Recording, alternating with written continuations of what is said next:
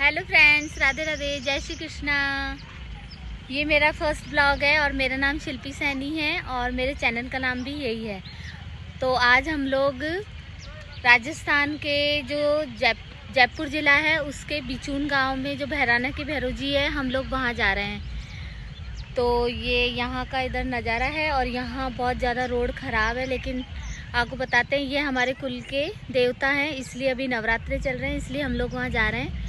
तो आप लोग भी चलिए, आप लोगों को भी वहाँ के दर्शन कराते हैं और बीच बीच में कैसा रास्ता आता है, कैसे पहाड़ियाँ आती है, वो सब आपको दिखाते हैं। तो चलिए आप हमारे साथ।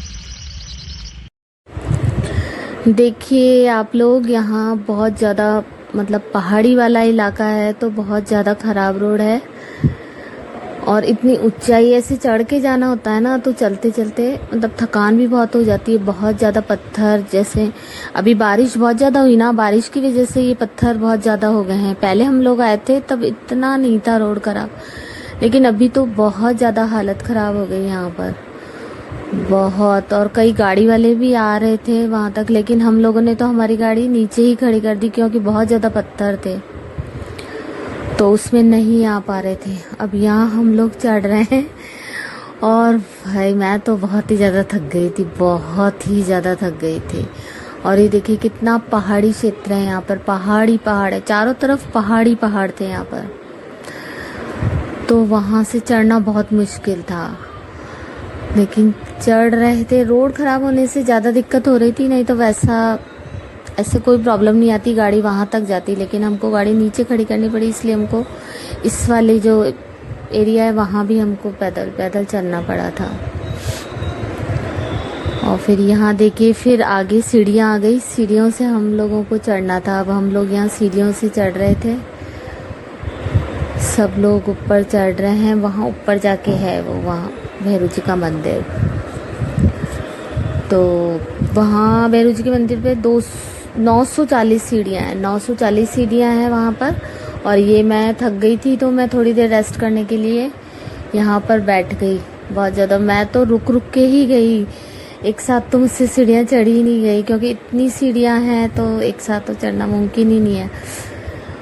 मैं तो बैठ बैठ के थोड़ा थोड़ा सब जगह रुक रुक के गई। ये देखिए मैं चढ़ रही हूँ, लेकिन मेरी हालत बहुत ख़राब हो रही है क्योंकि मैं बहुत ज़्यादा थक गई थी, लेकिन फिर भी चढ़ रही थी। लेकिन कई बार मैं रुक रुक के बैठती हूँ, फिर चलती हूँ, फिर बैठती हूँ, ऐसा हो रहा था। लेकिन जाना था भैरव जी के, इसलिए उन्होंने शक्ति दी चढ़ने की, फिर चढ़ गए और ये हम लोग पहुँच गए उनके स्थान पर। हमने यहाँ पर अगरबत्ती जलाई और नारियल चढ़ाया। जो ये जोत जलती है ना, इसी के अंदर नारियल चढ़ाना होता है और अगरबत्ती चढ़ानी होती है, और प्रसाद का हमको भोग लगाना होता है यहीं पर ही। और फिर हम लोग मंदिर के अंदर जा रहे थे, लेकिन ये हम लोग यहाँ गलत चले गए। फिर उन लोगों ने बोला कि नहीं, इधर से नहीं, उस साइड वाले गेट से आप लोग आइए।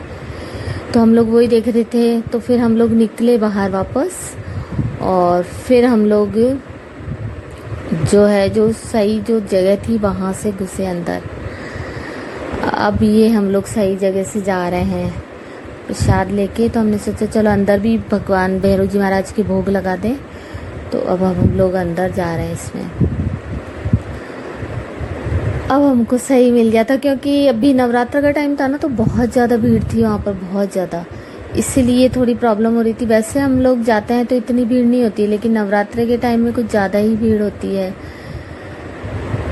पर कोई ना, दर्शन हमको हो गए थे, अच्छे से दर्शन हो गए थे। अब हम लोग दर्शन करने के लिए ही जा रहे हैं मंदिर के अंदर।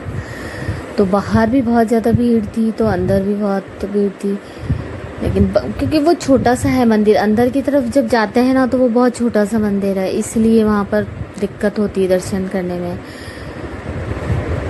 फिर भी हम लोग गए और हमने मतलब हमारे दर्शन हो ही गए मंदिर के। ये बाहर भी वो है, तो यहाँ पे सब लोग पूड़ी पुए जो जो भी लाते हैं ना, वो लोग सब चढ़ाते हैं यहाँ भी। ये मान्यता है कि बाहर की तरफ भी जो चीज़ लाएंगे वहाँ पे चढ़ाएंगे, भैरव जी मंदिर के सामने की तरफ। और अब हम लोग बाहर आ गए, तो यहाँ जो ये ढोल वाले थे उनको हमने दिया, और ये सब ने हम लोगों ने तिलक लगाया। वहाँ पर सब तिलक लगा रहे थे। फिर हम लोगों ने वहाँ पर परिक्रमा की फिर ये मंदिर की परिक्रमा की और ये देखिए आप